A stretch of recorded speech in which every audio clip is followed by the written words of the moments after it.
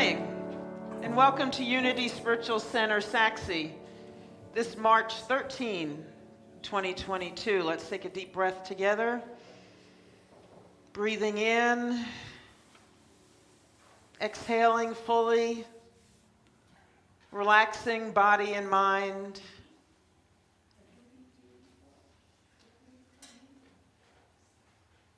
Knowing and affirming our oneness.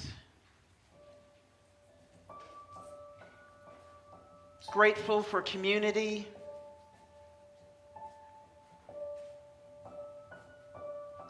Grateful for the opportunity to continue to live and move and have our being in the all good. To have another day to express our innate divine gifts.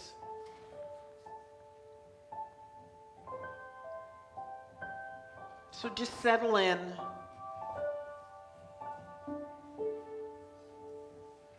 Letting go of whatever has preoccupied your mind this morning.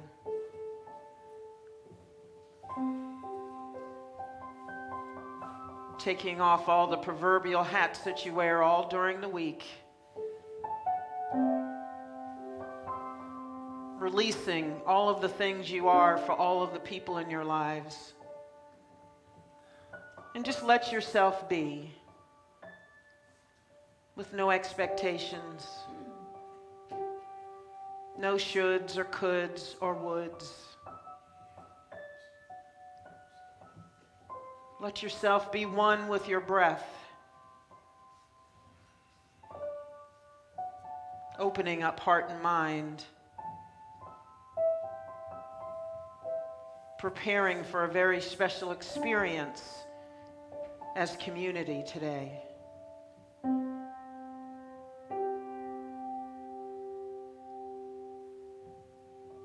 And so we just let the thoughts we have drift through our minds, endeavoring not to be attached to any particular one, but noticing what we're noticing. What might our souls be telling us today?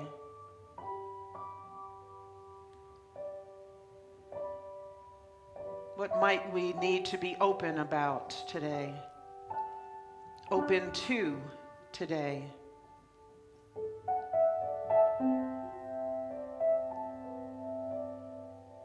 What perhaps is our soul calling us to be willing to hear, to feel, to see, to experience today?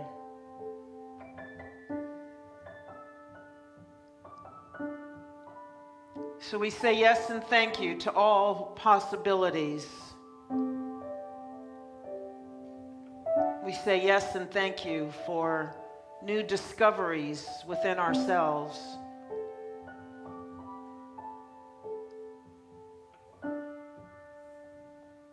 We say yes and thank you for the opportunity to feel the peace that comes from the all good, and which lives within us, ready for us to return to, retreat to, whenever we need to.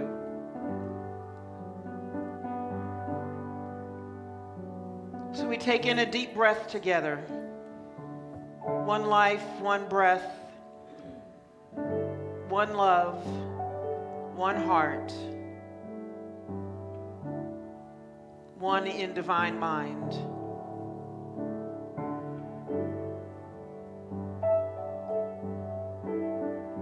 And as we feel this unity within ourselves, we radiate that out into the world, covering all sentient beings, covering Mother Earth herself.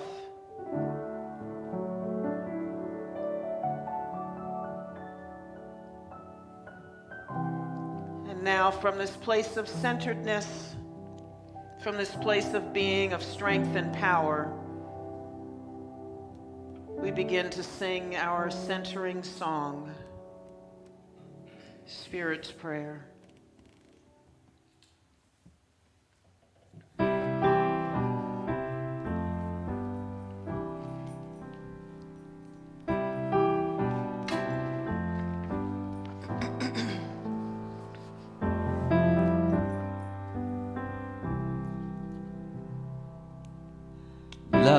Loving Spirit dwells in me. This is my divinity. As within, so without. All I need is here and now. Where there's air, let me love. May I have no fear. All the power, all the glory, I surrender, let it be. Loving Spirit dwells in me, now and evermore. Loving Spirit dwells in me. This is my divinity. As within, so without. All I need is here and now. Where there's air, let me love. May I have no fear. All the power, all the glory, I surrender, let it be. Loving Spirit dwells in me, now and evermore.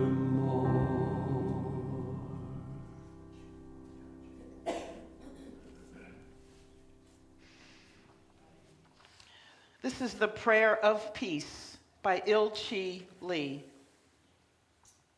I offer this prayer of peace, not to the Christian God, nor to the Buddhist God, nor to the Islamic God, nor to the Jewish God, but to the God of all humanity.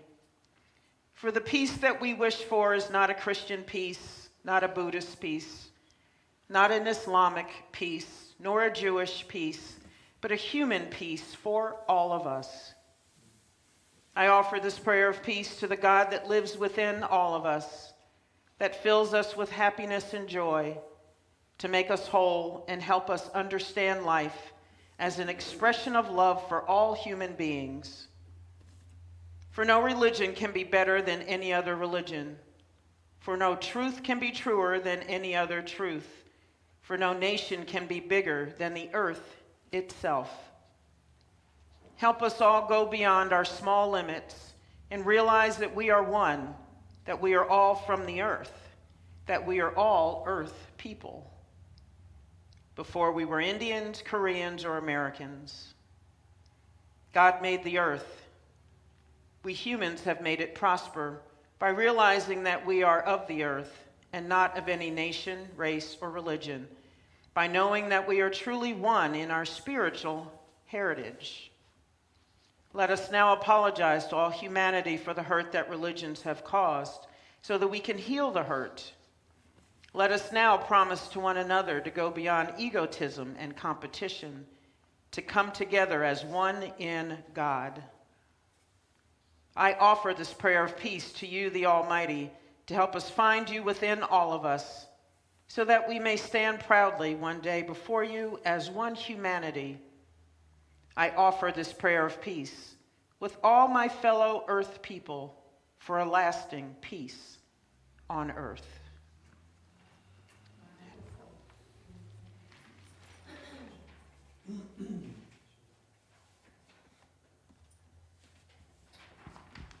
Good morning. Today's inspirational moment, The Secret of the Ages by Robert Collier, and the word is manifestation. All growth, all supply is from the world within. If you would have power, if you would have wealth, if you but to imagine it on this world within, on your subconscious mind through belief and understanding. If you would remove discord, you have but to remove the wrong images, images of ill health, of worry and trouble from within. The trouble with most of us is that we live entirely in the world without. We have no knowledge of that inner world which is responsible for all the conditions we meet and all the experiences we have. We have no conception of the Father that is within us. The inner world promises life and health, prosperity and happiness, dominion over all the earth. It promises peace and perfection for all its offsprings. It gives you the right way and the adequate way to accomplish all normal purpose. Business, labor, professional, exist primarily in thought. And the outcome of your labor and the outcome of your labor in them is regulated by thought. Consider the difference then in this outcome if you have at your command only the limited capacity of your conscious mind compared with the boundless energy of the subconscious and the universal mind. Thought is a dynamic energy with the power to bring its object out from the invisible substance all about us. Matter is inert, unintelligent. Thought can shape and control every form in which matter is today. Thought it can shape and control every form in which matter is today is but the expression of some thought, some desire, and some idea. And if y'all will repeat the affirmation with me 3 times, please. I live my life from the inside out, harnessing the power of universal mind. I live my life from the inside out, harnessing the power of the universal mind. I live my life from inside out, harnessing the power of the universal mind. Thank you.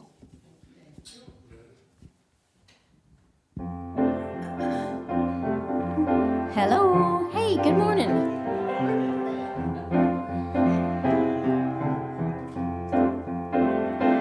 When you're smiling, the whole world smiles with you. When you're laughing, the sun keeps shining through.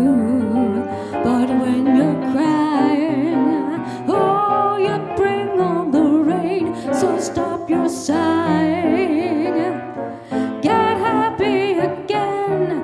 When you're smiling, the whole world smiles with you.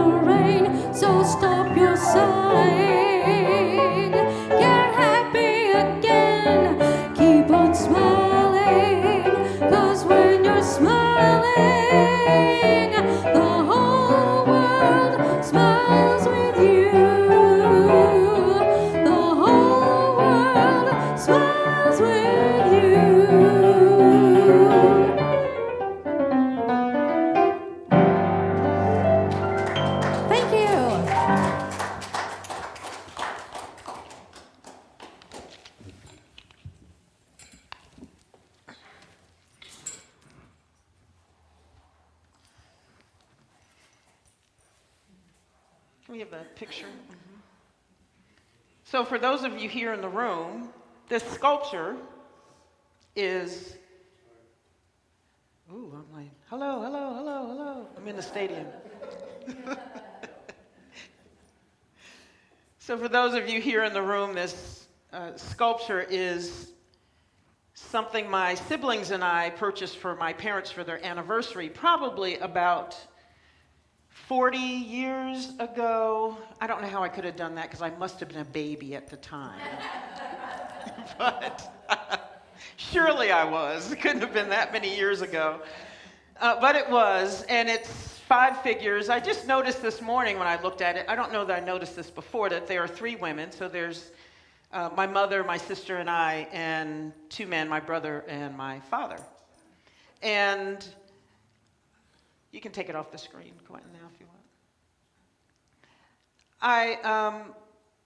I've talked about this before, but you know, my family life was quite challenging, and my parents did the best they could with what they had, with how they came into the marriage. And when I look at this sculpture today, I think of all that I wanted and all that I hoped for in my family. I remember when it's one of the things that I preserved, that one of the things my mother brought here to Texas after she downsized and sold the house in New Jersey. And, you know, there's some things I got rid of, some things I kept. And this is one of the things I kept. I wasn't sure then. And actually, so that was 2015, so 6 years ago. And I still thought about what my connection was to this sculpture and this representation of 5 family members for me that are dancing together. And I feel joy when I look at this. I feel a peace and a togetherness, a connectedness, which was not my growing up experience. And so I kept it because there was something inside me that said, keep it. And I did. And it has a place of honor on a metal and glass shelving unit. That was my mother's. And I thought of it again today, and the metamorphosis that my family is going through now. In the last few months, my brother and my niece and I have been talking about our family of origin and the things that we went through and the things that we are learning now about that experience, the things that we are learning about ourselves and about each other, about our parents. We are reading my mother's journals and sharing her stories of herself and her pain and her trauma, and we have fearlessly faced that shadow part of ourselves. That shadow part of ourselves. You know, God bless my mother. She had a lot of trauma in her life. She was conceived in trauma. She had trauma during her young life. And one of the things the 3 of us, my brother, my niece, and I, have marveled at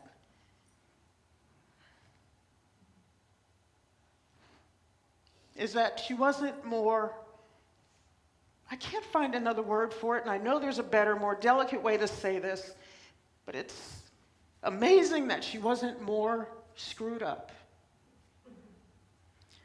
Because there are some people who go through what she went through and who are bitter, hateful, do damage, major damage to their children, to their spouses, and to the world. And she managed through years of counseling, through dedication to her faith, to be loving, to raise 3 children who are loving and who have who each of us have just a strong, abiding faith. All of us have a faith that is different. We all have found our place in the world with our spirituality in different ways, but we all have this deep connection to God, to the Creator, to universal mind, to the all good. And through opening ourselves up, have now come to this, where we have a joy and a connectedness and a familial bond that I could not have imagined 20, 30 years ago, probably not even 10 years ago. 10 years ago, my brother and I were not speaking, not because we had a fight, but because of the stuff from growing up and the stories we had about ourselves and each other and our parents and the ways that we lived out the patterns that we learned growing up. And, it was only through opening up ourselves and opening up our hearts to each other that we have been able to start to heal, and heal deeply, and heal like the three of us could not have imagined. So now this has different meaning for me. I can feel us now as this unit, even though my father and mother are passed, even though my sister is passed, that I feel this connection to them that is now different. And that's the power of imagining, I think, and the power of love, the power of opening up. I think it's important to hold on to what's inside of us. Butterflies are always a symbol of metamorphosis, of transformation. And I was moved this morning to think again, to read again about what happens in the cocoon. And an awful lot happens in the cocoon. All we do is we see this thing, which is not quite lovely, hanging from a branch. And there's a million things going on in each cocoon. So I guess I'm going to take you back to grade school biology for a little bit. First, the caterpillar digests itself, releasing enzymes to dissolve all of its tissues. If you were to cut open a cocoon or chrysalis at just the right time, caterpillar soup would ooze out. I know, ew. So I won't be cutting open a cocoon anytime soon. But the contents of the pupa are not entirely an amorphous mess. Certain highly organized groups of cells called imaginal cells survive the digestive process. Before hatching, when a caterpillar is still developing inside its egg, it grows imaginal disc for each of the adult body parts it will need as a mature butterfly or moth. Disc for its eyes, for its wings, its legs, and so on. In some species, the imaginal disc remain dormant throughout the caterpillar's life. In other species, the discs begin to take the shape of adult body parts even before the caterpillar forms a chrysalis or cocoon. Some caterpillars walk around with tiny rudimentary wings tucked inside their bodies, though you would never know it by looking at them. Once the caterpillar has disintegrated all of its tissues except for the imaginal discs, these discs use the protein-rich soup all around them to fuel the rapid cell division required to form the wings, antennae, legs, eyes, genitals, and all the other features of an adult butterfly or moth. The imaginal disc for a fruit fly's wing, for example, might begin with only 50 cells and increase to more than 50,000 cells by the end of metamorphosis. Depending on the species, certain caterpillar muscles and sections of the nervous system are largely preserved in the adult butterfly. One study even suggests that moths remember what they learned in later stages of their lives as caterpillars. Getting a look at this metamorphosis as it happens is difficult. Disturbing a caterpillar inside its cocoon or chrysalis risks botching the transformation. But Michael Cook, who maintains a fantastic website about silkworms, has some incredible photos of the Tusa silkworm that failed to spin a cocoon.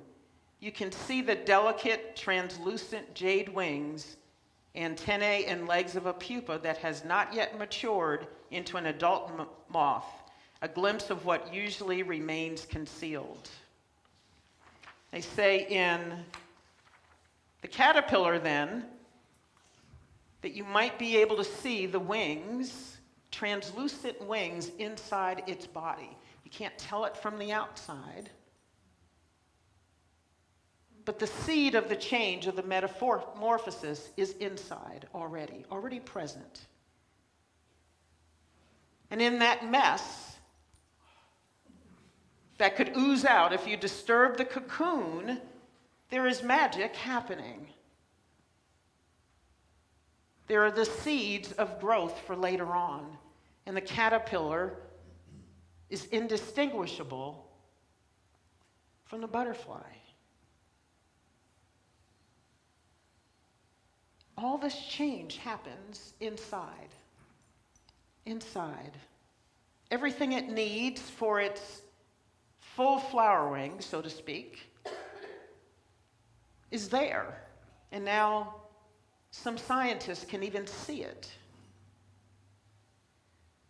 That word imaginal actually looks like imaginal, but it's pronounced imaginal when we talk about it in the scientific sense, when we're talking about moths and caterpillars.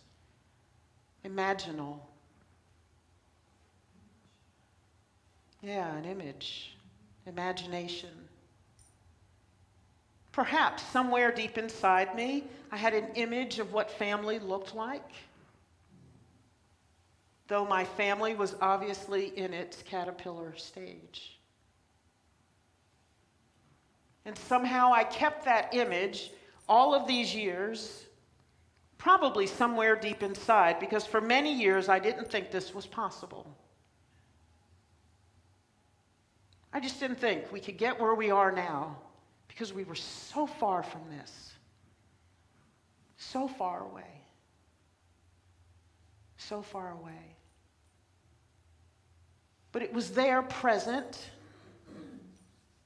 within each of us, within my mother, my father, within my sister, my brother, and myself, and now my niece, because she lived with my parents and was subject to those same patterns, those same lessons, those same things that grew out of trauma and pain.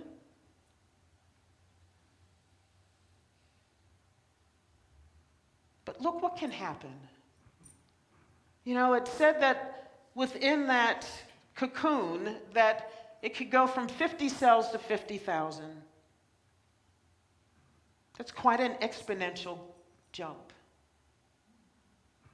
And I think it speaks to what's possible for us if we will stay with an image of the good, of the all good within our lives, and particularly within ourselves. Because none of this change within my family could have happened if there wasn't a change within each of us, within my brother and I, within my parents as they got later on in life before they died. Part of the seed, part of the imaginal cells for us were my mother's journals that we're reading now.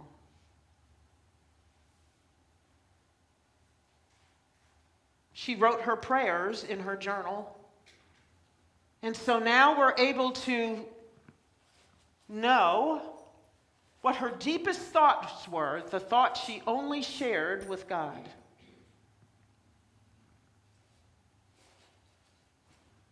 And there are a lot of them that are hard to read, and they're heartbreaking, and they're heart-wrenching.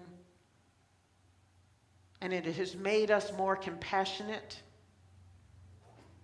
with her, for her, and everything that she went through and struggled with and tried to heal through counseling and on her own.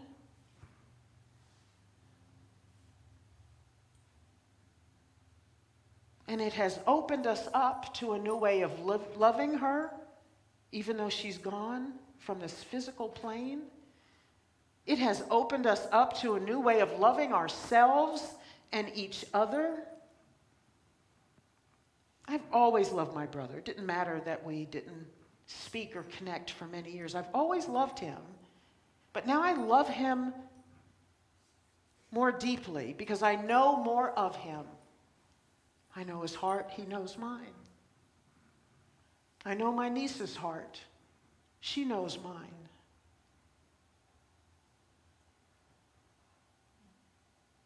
It's a wonderful thing. And you know, it takes me back to that scripture in Corinthians about love, that it bears all things and heals all things. I think that passage is read at every single wedding. We read it. It's often read in services and sermons all over this world. And yet I wonder if we really grasp it and believe it. I don't think I did to the depth that I do now with what's happening in my family. Love really can heal all. Doesn't matter how deep the hurt, the trauma, the pain. It doesn't matter how many years it has gone on. Doesn't matter. If we'll open ourselves up. I had a meeting with a woman who's a PhD. She's a psychologist, and she was talking about some new modalities that are available to help people with their trauma. And you work with the brain, and it's a way to bypass the necessity to share and talk about your pain, but that you can work with the brain and rewire it so that you move beyond the memories. And I think that has some merit. Yes, would it be nice to be able to go through a number of processes, however many appointments it takes, and then be able to feel free, be released from your trauma? Yes. But I think what's missing in that equation, as she was talking to me, I kept thinking, yeah, this sounds good, and I think something's missing. And I think what's missing is the love. Yeah, it would have been nice to not live through and live from my mother's trauma. That would have been real nice. It would have been nice not to have to live through whatever trauma I've had in my life. It would have been nice to be able to sit someplace and go through a process that worked with my brain and have it all be better.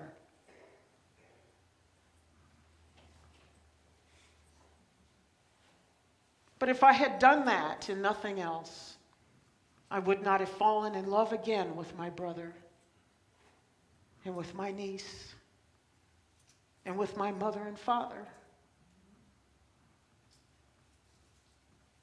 Yes, I would have been better as an individual. My mind would have been free, but my heart probably would still be in pain. It's one thing to deal with the mind, and that's a good thing. But the opportunity to learn how to love and discover love more deeply is priceless. It's priceless. You know, I kept hearing over the last, I don't know how many months, that if we heal today, what my brother, my niece, and I are doing today heals generations before us. that my mother and father can be healed through our healing today. And I just kind of held that because I thought, I think my jury is still out about that notion. I don't know what to think about that. But I kept hearing it, kept hearing it, kept hearing it. And it's important to notice what's showing up for you on a regular basis. Even if you don't know what to do with it. I didn't know what to do with that notion that you can heal generations before you by healing today.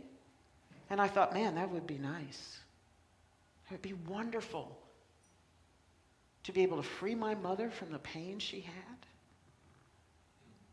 to free my father from his pain, the generation that gave birth to my mother and father, to be able to free them.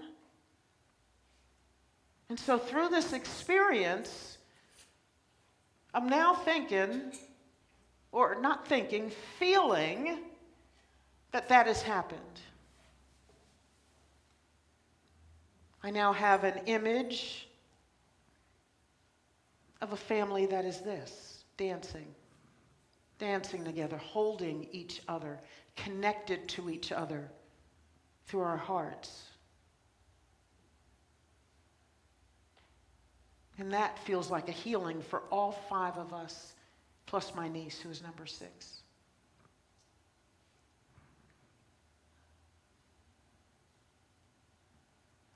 That's what love is. That's what love can do. If we're open to loving. We all loved as much as we could love for all the years that the 5 of us were together on this plane, this physical plane, as a unit. And we loved with all our flaws. And I think that's what each of us does. We love from what we're taught and the patterns we have and what's in our subconscious and conscious minds and the way our hearts have developed. We love from that. But yet inside of us there is this all good that is God. The thing in which we live and move and have our being that says, I am divine love. You are divine love. And you can love with a capacity that you have never loved before. So each of us, effectively, is in a cocoon. Probably always. And we're in that little structure with our amorphous mess. That is our lives, our upbringing, our family of origin, whatever it is we've been handed. And also we're in the cocoon with the seeds of magnificence and love, divine love, that can heal every single hurt we have. Every single hurt.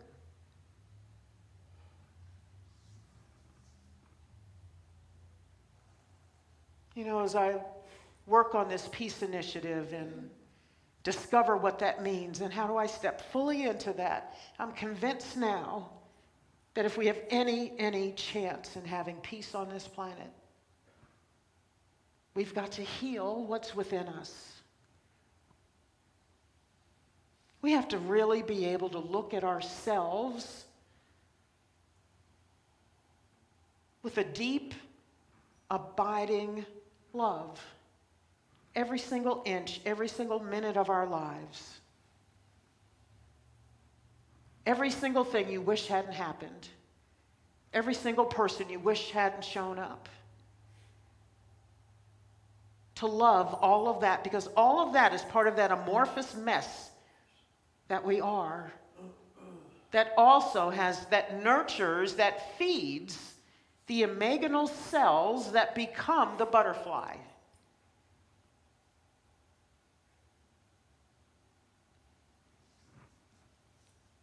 The question just always is, are we willing to love and love deeply? First ourselves, And yes, again, in unity churches all over the world, they sing the peace song at the end, that peace begins with me. Let there be peace on earth, and let it begin with me. This is the deep work, the hard work. But this is the precious gift we've been given.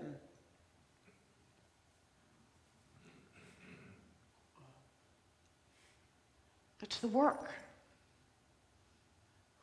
And has it been hard? Yeah, man, it's been hard. It's been really hard. And it's been hard for a long time. They have studies now that show that what the mother goes through in her life and the state she is in, body, mind, spirit, and heart, as the fetus is developing within her body, that gets passed on. Her pain is the fetus's pain. And all of that energy is there. It doesn't go away. It's not separate from the fetus. There's no wall between her pain and the baby's pain. So perhaps I've been, my brother has been, my sister was, perhaps all of us were born in pain and trauma. And yet, look what's possible. Look what's possible.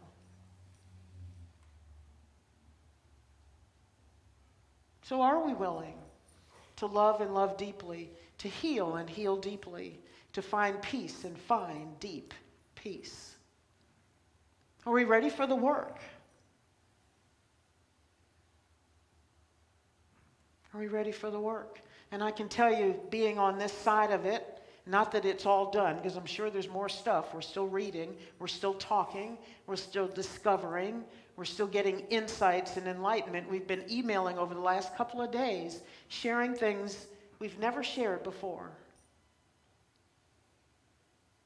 Memories coming up that were hidden deep down. And all of it shared in love.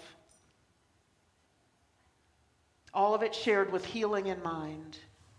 So the journey continues. But being here in this part, in this stage of my cocooning, it's far better than when we all had our eyes and our hearts shut up. Far better. I would never go back to that. Never. And I'm okay with whatever hard work is to come, because it's invaluable, it's priceless. And I feel a deeper peace than I had a month ago within me. Priceless. But we got to be willing to love.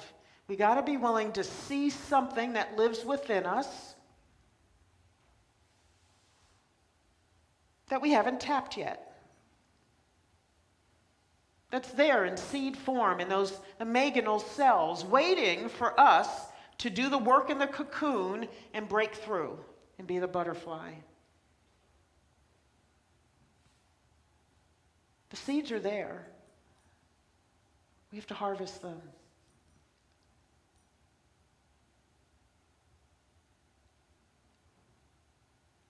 So are we willing to love?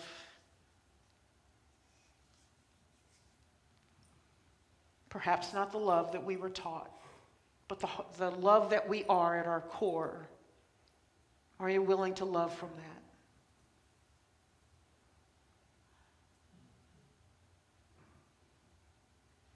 Let's take this in a meditation.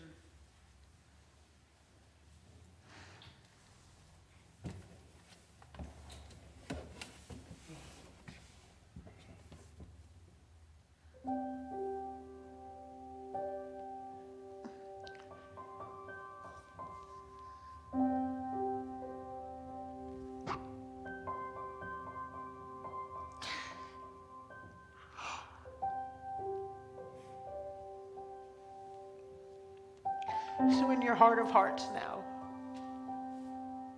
Envision those you love, those who gave you life.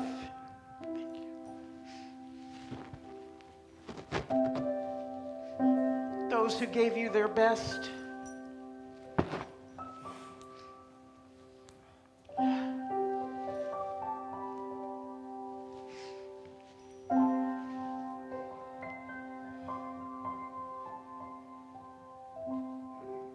Whether they're still on this physical plane or not. We all did the best, do the best that we can with what we have. And no matter how we have judged those that we love and that love us, those who may be hard to love, they too are the all good at their core.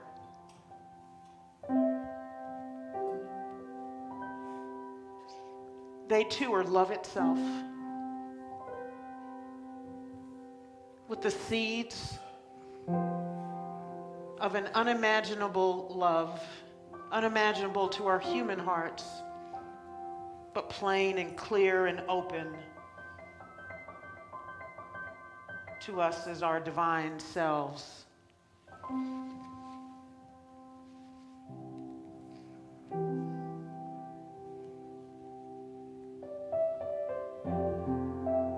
And so maybe for the first time in a long time, think of someone in your family of origin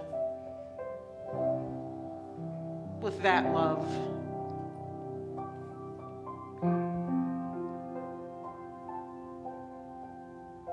And perhaps in this moment, see yourself with that same love.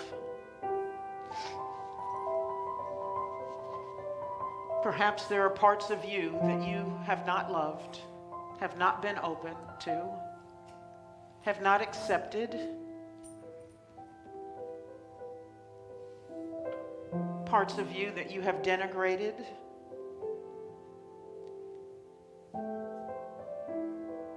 That you have kept hidden because you're ashamed of it.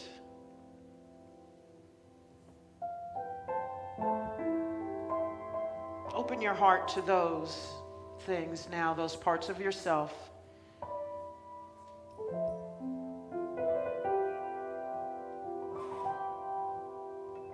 Those parts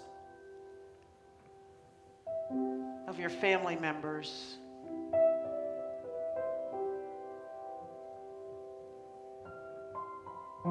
Fathers or mothers perhaps that you never met, don't know. Maybe they were not in your life. Maybe they abandoned the family.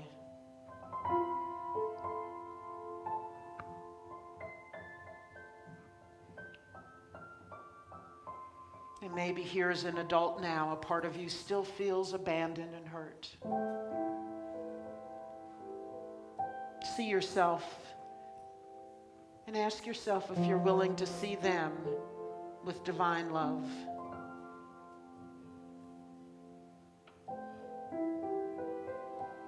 And if you can, just open up a little bit and let some of that love in for you and for them. Extend it to people outside of your family unit that may have hurt you, or someone perhaps that you have hurt or judged or denigrated. And see them now with a universal love. Just extend it out to them. There's no need to work it out in your mind. There's no need to find any words. Just be love. Extend love.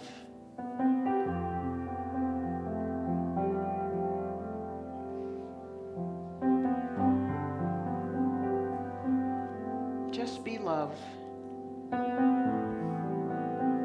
Divine love, and be open Open the door to something greater, something deeper, more expansive, more inclusive, something softer, deeper.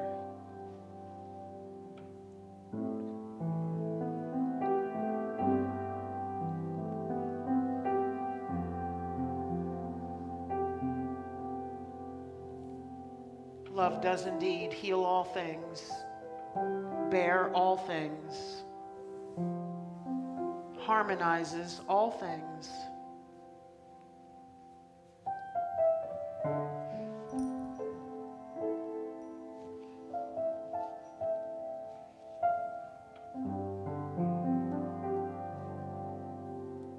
And so we say yes and thank you to love.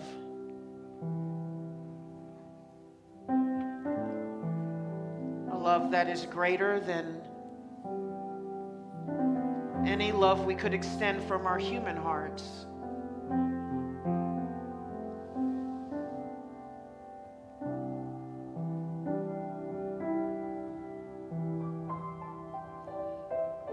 A love that can dissolve all hatred, all judgment, all dis-ease,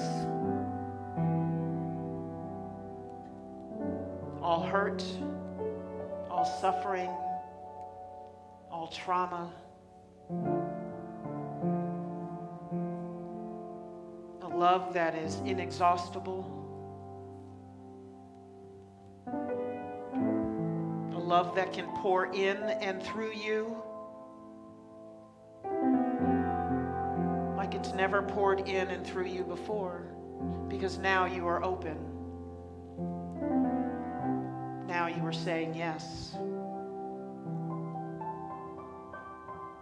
Now you are claiming the good before it shows up. And in that saying yes, it pours through.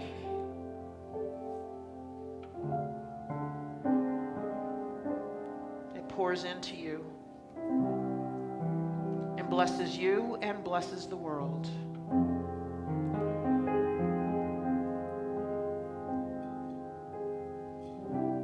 So now in our hearts we say again, thank you for love.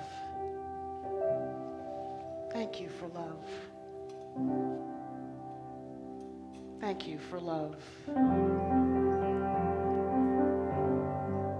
Thank you. Thank you. Thank you for love. And so it is, and so it shall be. Amen.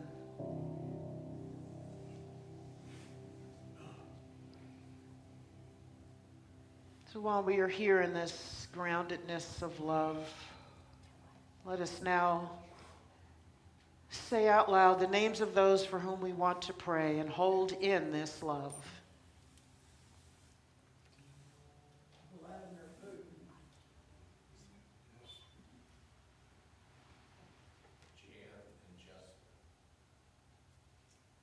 My siblings and their extended families.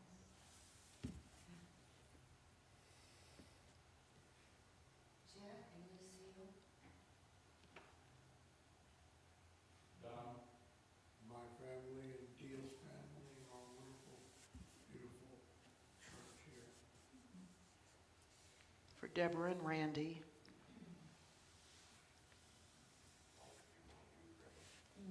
Yes. Davis family, the Dicus family. Cece and mine. For Kate and her family. Love for all humanity. Yes. For the Bristol family. For Joanne and Teresa. Janelle.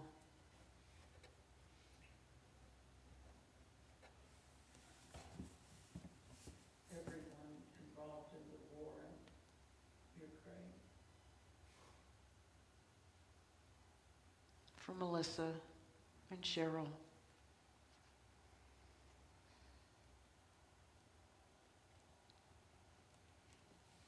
For all of these beloved souls and all those we hold in our hearts as we go about our daily lives, all those who ask us for prayer.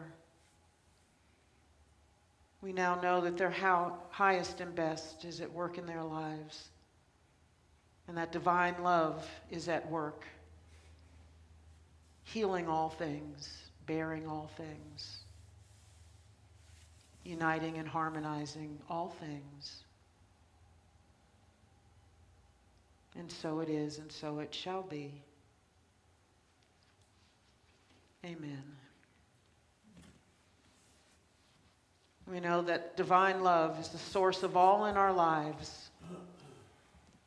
It fuels us and gives us all that we need. And so now we recite our celebration of giving. Together, divine love as me blesses and multiplies all the good that I am and have, all the good that I give and receive, and so it is. Surprise.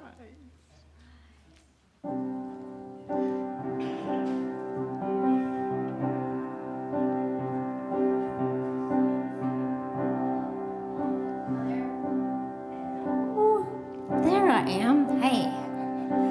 Some say love, it is a river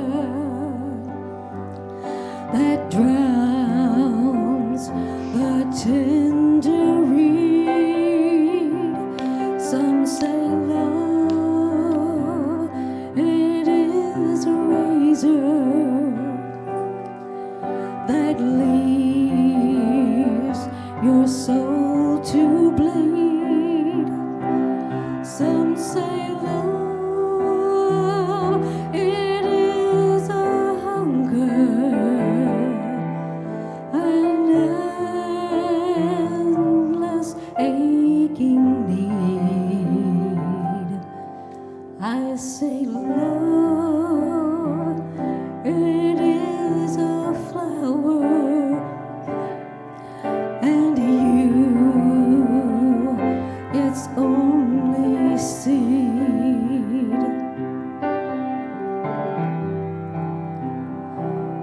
It's the heart afraid of breaking that never learns to dance. It's the dream afraid of waking that never takes the chance. It's the one who won't be taken, who cannot seem to give, and the soul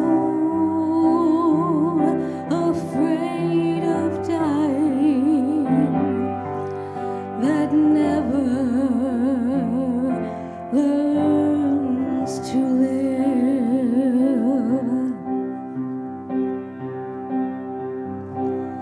When the night has been too lonely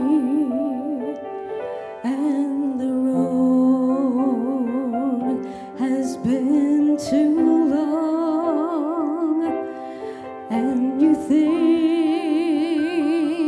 that love is only for the lucky and the strong, just remember in the winter, far beneath the bitter snow, lies the seed that with the sun's love in the spring becomes the rose.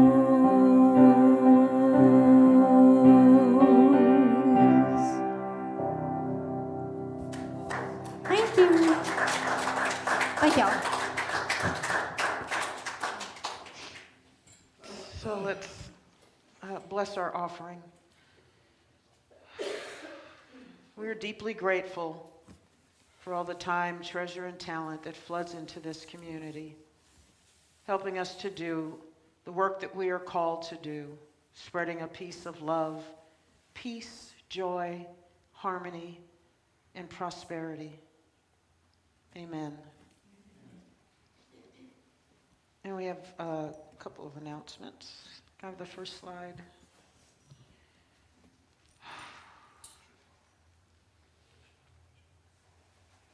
So next Sunday's Membership Sunday. If you are not a voting member and would like to be, please let me know by this Friday, the 18th of March, so I can have your certificate ready for you with the way you want your name on it. Please either text me on the Unity SACSI text number 618-YES-USCS, or email me at kandrews@unitysaxy.org by this Friday. Next. Well, heads roll. Let's just move up to the next announcement then. We'll go past that. That would be my head that's rolling. Oh, that's it. Very good. That's easy. I want to say, anyone who's interested in helping out and being on the landscape committee, please talk to Tess, or you can come to me and let me know. It's on our Facebook page. And you don't have to commit to always being here every single month. If you can just come in sporadically and help out, that's good too. But please talk to Tess and let her know that you're interested. Our grounds are absolutely beautiful. We're so grateful for the hard work that team does. And it's no small job. I mean, we've got a front yard, we've got a backyard, we've got plants growing, it's springtime, a whole lot to do. So, but we have a whole lot of fun, don't we, every single time we're together. And it's an opportunity to get to know and love the people that are in this community, which are just the best people ever. So, mission and vision. Somebody, going once, going twice. All right. Hello. Hello. All right, thank y'all. Let's do our mission and vision together. We are Unity Spiritual Center SACSI. We are a thriving global community of spiritual seekers transforming lives through love and the expression of our innately divine gifts. Our mission is to inspire spiritual and personal growth through the teachings and demonstrations of unity principles towards the realization of living our best lives. Divine wisdom is at work in every area of our lives right now. Everything is always working out for us. Thank you, God. Thank you. So thank you very much for being here with us today. Thank you to everybody here in this room. I love seeing your lovely faces. Thank you to everybody who's watching remotely. You are part of this family, just like those here in the room with me, and we appreciate you being here and taking time to add to this beautiful energy that we have. Have a glorious day. Have a glorious week. Namaste.